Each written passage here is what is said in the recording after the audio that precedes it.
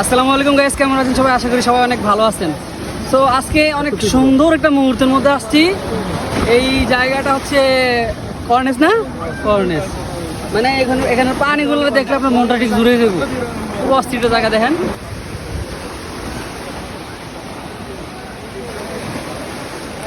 মাঝে মাঝে একটু বিনোদন লওয়া দরকার, কেন জানেন? মন দিল সব কিছু ফ্রেশ থাকে।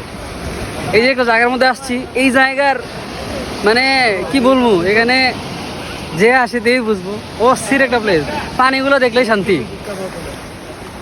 ওই কাঁকড়া কাঁকড়া, এই যে কাঁকড়া চলো সাঁতার কাটি, চলো নিচে নামতে দেয় না। চলো সাহসিকতা দেখাই, সাঁতার কাটি। সাঁতার কাটবেন? আমার আলদেন, আমি রেডি। আমি জুতার মতো খুলে লাই। এই সেই জায়গা।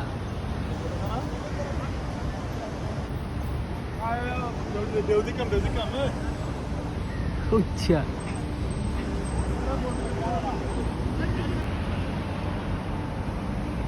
অনেক উঁচা।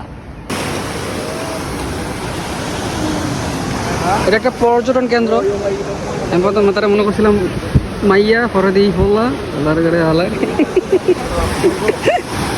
আরে আমি প্রথম মনে করছিলাম মাইয়া, আমি পিছনটা সত্যি মেয়ে মনে করছি। পরে তেজন ঘুরছে, বেড়া তেজন ঘুরছে, আমি পুরো অবাক হয়ে গেছি। পরে দেখি আমি তো অবাক। আসলে দেখেন কি অবস্থা, মনে হয় যে সাগর পাহাড় আছে না, বাতাসের বন্যা বইব, কিন্তু বাতাস ছাড়া খালি ইয়ে হইতাছে, মানে কি জানি কয় ঢেউ দিয়ে উঠতেছে, ঠিক আছে, কিন্তু বাতাস ও মিয়া কঠিন। আমরা রাইতে হয়ে গেছে, কোনো মজা পাইতেছি না। বহুত দের हो गया, सूरज डूब गया, सब कुछ हो गया। ये क्या है?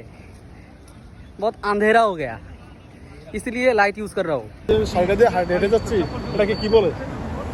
তুমি ইংরেজি বলতে পারো, বাংলাটাই বলো, এটাকে কি বলে? এটা একটা না রাস্তা। আগে কইতে হবে, বাংলা কম না ইংলিশে কম?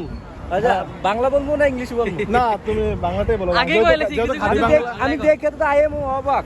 হ্যাঁ, আমি যেটা কোশ্চেন করছি তুমি সেটার অ্যান্সার দাও। বলতেছে এই যে আর্ট করছে, এটাকে তো ইংরেজিতে আর্ট বলা হয়, ঠিক আছে? বাংলা এটা কি বলে? আটটা বাংলা কি বলা হয়? আর্টিস্ট, আলপনা, আলপনা। কল্পনা।